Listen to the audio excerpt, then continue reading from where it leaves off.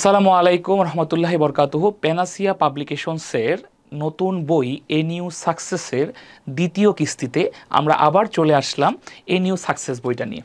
আজকে আমাদের যে ক্লাসটা, এই ক্লাসটা কিন্তু একটা মজার ক্লাস। এই মজার ক্লাসে আছে ছন্দে ছন্দে বায়োলজি এবং এর সাথে বায়োলজির কিছু অধ্যায় নিয়ে আমাদের এ নিউ সাকসেস বইয়ে কি কি টপিক আছে সেগুলো নিয়ে বিস্তর আলোচনা। তো আমরা এই যে এ নিউ সাকসেস বইটা লিখেছি, আমাদের এখানে প্রায় ৮,০০০-এরও অধিক এমসিকিউ রয়েছে। আমাদের এখানে আছে বাংলা, ইংলিশ, জিকে, আইসিটি, এছাড়াও সায়েন্সের 4টা সাবজেক্টের চমক, অর্থাৎ যেগুলি পড়লেই, অর্থাৎ প্রতি সাবজেক্ট থেকে খুব বেশি হলে 400 থেকে 500-র মতো এমসিকিউ। এগুলি পড়লে আমাদের ন্যাশনাল ইউনিভার্সিটির আমাদের কাঙ্ক্ষিত যেই কলেজে আমরা পড়তে চাই সেই কলেজটা আমাদের জন্য নিশ্চিত হয়ে যাবে। তো আজকে যে বায়োলজি ক্লাস, এই বায়োলজি ক্লাসে আমরা মোটামুটি অংশগুলো নিয়ে চলে আসছি। বায়োলজির যেই পার্টগুলো রয়েছে এই অংশগুলো নিয়ে আমরা এখন আলোচনা করব। সো কি আছে আমরা একটু চোখ বুলাই এবং একটু দেখার চেষ্টা করি যে কি বলছে।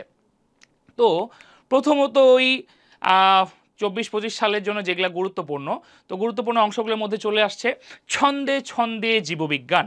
আমরা জীববিজ্ঞানের মতো কাঠখোট্টা বিষয়কে, একটা নিরস বিষয়কে কিভাবে করে রসালো করে এবং সবচেয়ে নাম্বার বেশি তোলার জন্য যে স্কোপ পয়েন্টটা, সেটা কিন্তু আমাদের এই এ নিউ সাকসেস বইয়ের মধ্যে রয়েছে। কি আছে আমরা একটু দেখব। যে ঝিল্লিবিহীন অঙ্গাণুসমূহকে, অর্থাৎ কোষীয় ঝিল্লিবিহীন যে অঙ্গাণুসমূহগুলো রয়েছে এগুলোকে মনে রাখার জন্য কিছু শর্ট টেকনিক, যেমন বলছে রাইসুল মাইক্রোবাস পেই সিলেটে ফিরল। তো এখানে আমরা ঝিল্লীয় কোষীয় অংশগুলোর নাম মনে রাখতে পারি। তো ঝিল্লিবিহীনগুলো মনে রাখলে ঝিল্লিযুক্তগুলো কিন্তু অটোমেটিক্যালি মনে রাখা হয়ে যায়। যেমন রাইসুল থেকে রাইবোজোম, মাইক্রোবাস থেকে মাইক্রোফিলামেন্ট মাইক্রোটিউবুল, পে থেকে প্রোটিওসোম, ই থেকে ইন্টারমিডিয়েট ফিলামেন্ট, সেলেটে থেকে সেন্ট্রিওল, ফিল্লো থেকে ফিলামেন্ট। এই কয়টা হলো কি ঝিল্লিবিহীন কোষীয় অঙ্গাণু। এগুলো বাদ দিয়ে যারা রয়েছে সবগুলোই কি ঝিল্লিযুক্ত কোষীয় অঙ্গাণু। সো ঝিল্লিযুক্ত ঝিল্লিবিহীন আমাদের আশা করি এই ছন্দের উপর আর কোনো কনফিউশন থাকবে না। এই রিলেটেড কোয়েশ্চেনগুলো আমাদের এ নিউ সাকসেস অর্থাৎ এই বইটার মধ্যে দেয়া আছে। আমরা চেষ্টা করব যে বইটা থেকে সবগুলো বিষয় আত্মস্থ করে ফেলতে, এবং আমাদের দেখা যাবে যে 1 দিন বা 2 দিনের মধ্যে পুরোপুরি বায়োলজি অংশটাই শেষ। আমরা যা পরীক্ষায় আসবে তাই আমাদের এই এ নিউ সাকসেস বইয়ের মধ্যে বায়োলজি অংশে খুব সুন্দর করে দেয়া আছে। বলছে ডিএনএ ভাইরাস সমূহ টিটু স্যার হামিম ভাইয়ের সিনিয়র ডিন ভেরি টিপস দিতে পারেন। টিটু স্যার থেকে টিটু ফাজ ভাইরাস, অর্থাৎ ডিএনএ ভাইরাস সমূহ পরীক্ষায় প্রায় কোশ্চেন আসে। নিচের কোনটি ডিএনএ ভাইরাস, নিচের কোনটি ভাইরাস, নিচের কোনটি ব্যাকটেরিয়া। সো এগুলো মনে রাখার জন্য আমাদের কিছু ট্যাকটিক্স আছে। এই ট্যাকটিক্সগুলো আমরা একটু ভালো মতো করে দেখে নিতে পারি। যেমন এখানে আমরা বললাম যে টিটু ফাজ ভাইরাস, হারপিস, তারপর vaccinia, adeno virus, variola virus, TIV virus, polio virus. So ভাইরাসগুলোকে আমরা ভালো মতো করে মুখস্থ রাখার চেষ্টা করবো। এগুলো আমাদের জন্য খুব গুরুত্বপূর্ণ। তো এই যে ভাইরাসযুক্ত ডিএনএ ভাইরাসগুলো মনে রাখলে অটোমেটিক্যালি আমাদের আরএনএ ভাইরাসযুক্ত রোগ কোনটা ইজিলি আমরা পারবো। তো এখান থেকে আমরা এই ট্রিক্সটা ইউজ করেও ইজিলি কিন্তু মনে রাখতে পারি যে আমাদের কোনটা খুবই গুরুত্বপূর্ণ। ঝিল্লিবিহীন কোষীয় অঙ্গাণু যেমন আমরা পারলাম, ডিএনএ ভাইরাস সমূহ আমরা মনে রাখবো। ওকে, নেক্সটে চলে যাই।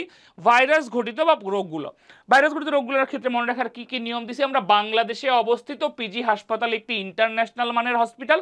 টিপু স্যার এখন ক্যান্সারের ডাক্তার। তাহলে হসপিটালের doctor Tipu sir. Tipu sir কেমনে করে মনে রাখবো, দেখবো যে বাংলাদেশে অবস্থিত পিজি হসপিটাল।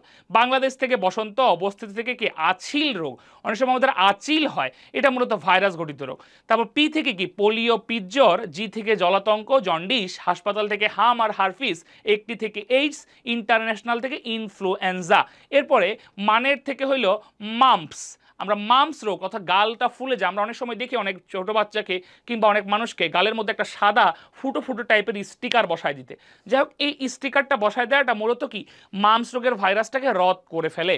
টিপু থেকে কি ধানের টুংরো রোগ, সার থেকে সার্স ভাইরাস, এখন থেকে ফুট অ্যান্ড মাউথ, ক্যান্সার থেকে ক্যান্সার, ডাক্তার থেকে ডেঙ্গু। এগুলা মনে রাখার চেষ্টা করবো। ব্যাকটেরিয়া জনিত রোগগুলো তাহলে এগুলা মনে রাখলে অটোমেটিক্যালি করে ওগুলা পাস্টে হয়ে গেলে দূরে চলে যাবে। সো আমরা ক্যারি করতে পারবো। তো আমরা চলে আসি যে ব্যাকটেরিয়া জনিত যে রোগগুলো আছে এগুলা কিভাবে করে আমরা একটু মনে রাখবো। আমরা একটা ছন্দ আরেকটা নিয়ে নিতে পারি, এটা আমাদের এ নিউ সাকসেস বইও আছে। জাস্ট খালি একটু বুঝায় দেওয়ার জন্য আমাদের বইটা ঠিক কীরকম ভাবে তোমাদেরকে গুরুত্ব রাখবে। আধুনিক যুগটা ডিশ অ্যান্টেনা এবং হুজুগে প্রেমের পাগল। আধুনিক যুগটা একটা ডিশ অ্যান্টেনা এবং হুজুগে প্রেমের পাগল। তাহলে আধুনিকের আ থেকে হলো আমাশয়, তাহলে এগুলো সবগুলাই কি ব্যাকটেরিয়া জনিত রোগ। মনে রাখবো আমরা ব্যাকটেরিয়া জনিত রোগ বা ব্যাকটেরিয়া রিফর্মড ডিজিজেস, ব্যাকটেরিয়া জনিত রোগ, এগুলি সব কোথায় দেওয়া আছে? এই নিউ সাকসেস বই দেওয়া আছে। আমাশয়, ধু থেকে কি ধনুষ টঙ্কার, ধু থেকে ধনুষ টঙ্কার। নি থেকে নিউমোনিয়া, নি থেকে নিউমোনিয়া। ক থেকে কি কলেরা। যুগটা যক্ষা। গ থেকে গনোরিয়া। ট থেকে টাইফয়েড। ডিস থেকে ডিপথেরিয়া। দন্তাস থেকে সিফিলিস। অ্যান্টেনা থেকে অ্যানথ্রাক্স। অ্যান্টেনা থেকে অ্যানথ্রাক্স। এবং এর ব থেকে বোটুলিজম। হুজুগের হ থেকে হুপিং কাশি, হুপিং কাশি। বর্গীয় জ থেকে জন্ডিস। গ থেকে গ্যাস গ্যাংগ্রিন বা পেট ফাঁপা, গ্যাস গ্যাংগ্রিন। প্রেমের প থেকে হইল প্লেগ। ম থেকে মেনিনজাইটিস। র থেকে রিউমেটিক ফিভার বা বাত জ্বর। পাগলের প আর গ থেকে কিছু নয়, ল থেকে হইল লেপোর্সি, লেপোর্সি বা কুষ্ঠ বা মাংস পচারক, লেপোর্সি বা কুষ্ঠ মানুষের মাংস পচে। তো এগুলা পুরোটাই কি ব্যাকটেরিয়া জনিত যে রোগগুলো আছে এগুলার একটা শর্ট ফর্ম। আমরা একটু সুন্দর করে এগুলাকে মনে রাখতে চাইলে খুব ইজিলি ক্যারি করতে পারবো। এই যে একটু আগে আমরা দেখলাম যে ব্যাকটেরিয়া আমাদের হচ্ছে ভাইরাস জনিত রোগগুলো এবং এবার ব্যাকটেরিয়া জনিত রোগগুলো আমরা একটা যদি মনে রাখতে পারি, এই নিউ সাকসেস বইয়ের মধ্যে খুব সুন্দর করে ট্রিক্স দেওয়া আছে এবং এই রিলেটেড কি কি কোয়েশ্চেন আসতে পারে কোয়েশ্চেনগুলো নিয়ে কিছু ধামাকা এমসিকিউ দেওয়া আছে। যেই ধামাকা কয়েকটা আমরা মনে রাখতে পারলেই আমাদের ন্যাশনাল ইউনিভার্সিটির কাঙ্ক্ষিত কলেজটা খুব ইজিলি পেয়ে যাব। সো আমরা এটা যদি ইরেজ করে দিয়ে পরবর্তী টপিকটা পড়াই, সো একটু মাথায় রাখবো এই পরবর্তী টপিকটা পড়ায় ফেলার। ওকে, সো এক নজরে বলছে কি কি প্রোটিন তৈরির মাস্টার প্ল্যান বলা হয় কাকে। এবার আমরা চলে আসলাম আমাদের কোষ অধ্যায়ে, কোষ এবং অঙ্গাণুর ক্ষেত্রে প্রোটিন তৈরির মাস্টার প্ল্যান কারা? ডিএনএ। প্রোটিন তৈরির ব্লুপ্রিন্ট বলা হয় কাকে? আরএনএ। প্রোটিন তৈরির কাঁচামালকে অ্যামিনো অ্যাসিড। এবার পরীক্ষায় কিন্তু কার কোশ্চেন ছিল যে প্রোটিন তৈরির কর্মী বা এই ধরনের কিছু ছিল একটা এনজাইম, প্রোটিন তৈরির যন্ত্র ছিল রাইবোজোম। ডিউতে পরীক্ষা কোশ্চেন ছিল যে মাস্টার মলিকুল বলা হয় কাকে? উত্তর হলো জিনোমকে। Master, who is call the master molecule of parts. তো এটা সবাই মনে করতেছে এটা উত্তর কি হবে?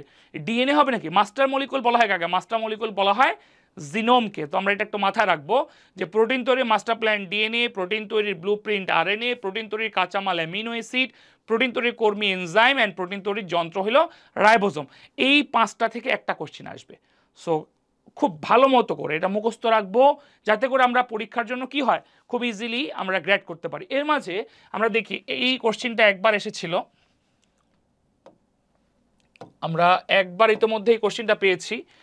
প্রোটিন তৈরির কাঁচামাল, এই কোশ্চেনটা ন্যাশনালে দুইবার এসেছে।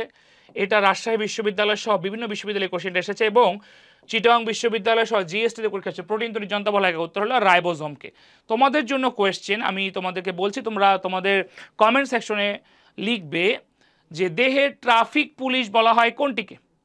দেহের ট্রাফিক পুলিশ বলা হয় কোনটিকে? কমেন্ট সেকশনে উত্তর দিয়ে জানাবে। এবং কোষের মস্তিষ্ক বলা হয় কাকে?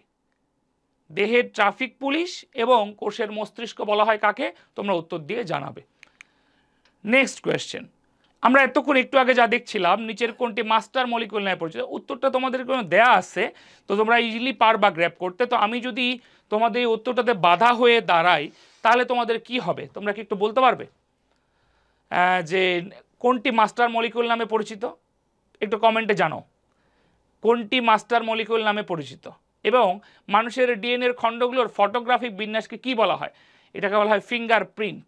তো এটাও এক্স কোয়েশ্চেন, আদার ইউনিভার্সিটি থেকে এসেছে। সো এই যে রিলেটেড কোয়েশ্চেনগুলা আমাদের কিন্তু এগুলা মোটামুটিভাবে এ নিউ সাকসেসে খুব সুন্দর করে লিপিবদ্ধ করা আছে। জাস্ট আমরা অধ্যায় ভিত্তিকভাবে এই কোয়েশ্চেনগুলো কিছু মুখস্থ করতে পারলে আমাদের জন্য একটা খুব চমৎকার ফলপ্রসূ কিছু আসবে। পরে চলে আসি, কোষের 90%, 90%, শতকরা 90% আরএনএ থাকে কোথায়? উত্তর হলো সাইটোপ্লাজমে। তাহলে কোষের 90% আরএনএ বিদ্যমান সাইটোপ্লাজমে, মনে রাখবো এটা আমরা। ক্রোমোজোমের সেন্ট্রোমিয়ারের সংযুক্তকারী তন্তুর নাম কি? উত্তর হলো ট্রাকশন ফাইবার। এটা পরীক্ষার জন্য খুবই গুরুত্বপূর্ণ, ট্রাকশন ফাইবার। এটা আমরা খুব ইজিলি গ্র্যাব করার চেষ্টা করবো এটাকে। ওকে, পরে চলে আসি, কোষ বিভাজন বলছে। কোষ বিভাজন এই যে চ্যাপ্টারটা আমাদের রয়েছে, এখানে আমাদের মোট মাইটোটিক বিভাজক অর্থাৎ মাইটোটিক বিভাজনে 5টা অংশ রয়েছে।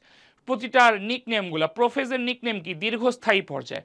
এক্ষেত্রে কি কি গুরুত্বপূর্ণ এই পয়েন্টগুলো দিয়ে আমাদের এই নিউ সাকসেস বইটা সাজানো হয়েছে এবং তারই আলোকে আমাদের এই ক্লাসে আমরা এই স্লাইডগুলো এখন পড়ছি। যেমন বলছে প্রতিটি ক্রোমোজোম হতে 2টি করে ক্রোমাটিড তৈরি হয়, পর্যায় শেষের দিকে নিউক্লিওলাস ও নিউক্লিয়ার মেমব্রেনের বিলুপ্তি ঘটতে শুরু করে। ওকে, তারপরে কি বলছে? স্বল্পস্থায়ী পর্যায় বলা হয় কোনটিকে? উত্তর হলো প্রোমেটাফেজ। এখানে কি কি আছে? যেমন বলতেছে এখানে সেন্ট্রিওল থেকে অ্যাস্টার রশ্মি বিচ্ছুরিত হয় কোথা থেকে? অ্যাস্টার রশ্মি বিচ্ছুরিত হয় নিচের কোনটি থেকে? উত্তর হলো প্রোমেটাফেজ। এটা মাথায় রাখবো আমরা, অ্যাস্টার রশ্মি বিচ্ছুরিত হয় প্রোমেটাফেজ থেকে। ক্রোমোজোমীয় নৃত্য দেখা যায় কোথায়? এটা হলো প্রোমেটাফেজ ধাপে।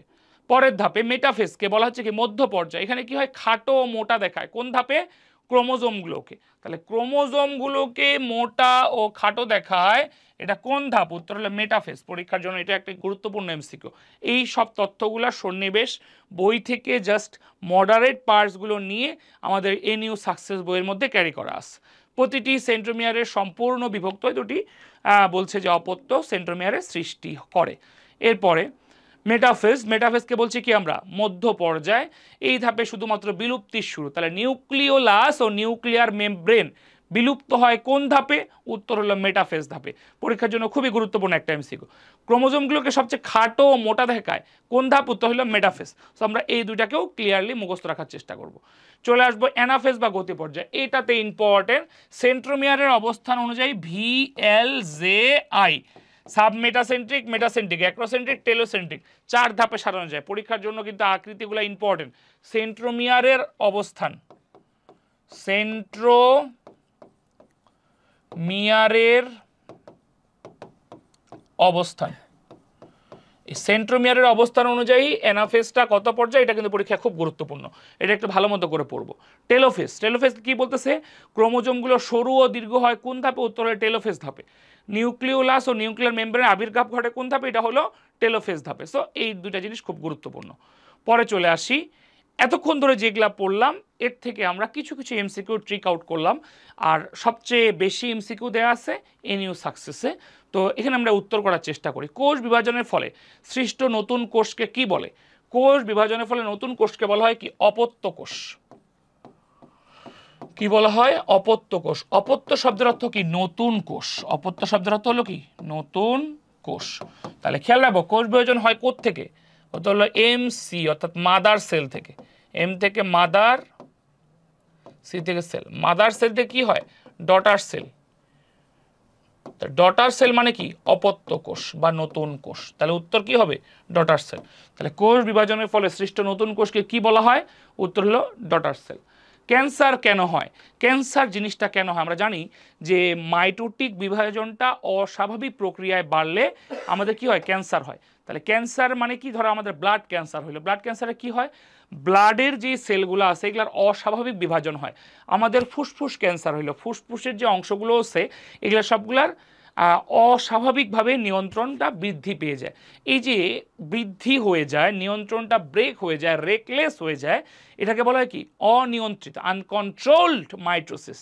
তাহলে ক্যান্সার কেন হয়? অনিয়ন্ত্রিত মাইটোসিসের জন্য। তার মানে আমাদের শরীরের কোনো অংশের যদি অস্বাভাবিক কোষীয় বৃদ্ধি বা কোষীয় বিভাজন হয়, বৃদ্ধি মানে তাহলে তো ভাই বড় হইল না, বিষয়টা ওরকম না। ভিতরের যে অঙ্গাণুগুলো আছে এগুলোর মধ্যে কি? অস্বাভাবিক বিভাজন। এবং অনেক সময় একটা টিউমার থেকেও কিন্তু ক্যান্সার হতে পারে। সো এই যে কোনো জিনিসকে আমরা হেলাফেলা করা উচিত নয়। তাহলে বলতেছে অনিয়ন্ত্রিত মাইটোসিস মূলত হয় কেন? অনিয়ন্ত্রিত মাইটোসিসের কারণে মূলত কি হয়? উত্তর হলো ক্যান্সার। তাহলে ক্যান্সার হয় কিসের জন্য? অনিয়ন্ত্রিত মাইটোসিসের কারণে। এটাকে আমরা মাথায় রাখবো। সো উত্তর গেল দুটো। এরপরে বলছে নিচের কোনটি দীর্ঘস্থায়ী পর্যায়? সবচেয়ে দীর্ঘস্থায়ী পর্যায় হলো প্রোফেজ। প্রোফেজকে মাথা রাখবো। নিচের কোনটি দীর্ঘস্থায়ী পর্যায়? উত্তর হলো প্রোফেজ। ক্রোমোজোমের সমতা রক্ষা করে কোনটি? উত্তর হলো মাইটোসিস। কারণ এটাকে কি বলা হয়? সমীকরণিক কোষ বিভাজন বা equational cell division. Equational cell division, ECD বলা হয়। ক্রোমোজোমের সমতা রক্ষা করে মাইটোসিস বিভাজন। আর হ্রাসমূলক বা রিডাকশনাল বিভাজন বলা হয় কোনটিকে? এটা হলো মিওসিসকে। মিওসিসকে কি বলা হয়? হ্রাসমূলক বিভাজন। তাহলে এই জিনিসগুলা নিয়ে যে কোয়েশ্চেনগুলা, এগুলা সব আমাদের এনিউ সাকসেস বইয়ে রয়েছে। আমরা বইটা যদি সবাই মোটামুটি কালেক্ট করে ফেলতে পারি, আলহামদুলিল্লাহ প্যানাসিয়া পাবলিকেশনসের এই বইটা পড়লে আমাদের কাঙ্ক্ষিত এনিউর যে কলেজ আমরা সেটা পেয়ে যাবো ইনশাআল্লাহ। পরের কোয়েশ্চেন, কোনটিকে গতি পর্যায় বলা হয়? খুবই সহজ কোয়েশ্চেন, অ্যানাফেজ। হ্যাঁ, অ্যানাফেজকে বলে গতি পর্যায়। মাইটোসিসের কোন পর্যায়ে স্পিন্ডল ফাইবার অদৃশ্য হয়ে যায়? এটা হলো আমাদের গতি পর্যায়। তাহলে অ্যানাফেজে। পরে কোশ্চেন, কোষ বিভাজন ছিল সবকিছু মিলে। আচ্ছা, এগুলো সবগুলো আবার রিপিটেড পার্টিকেল সব।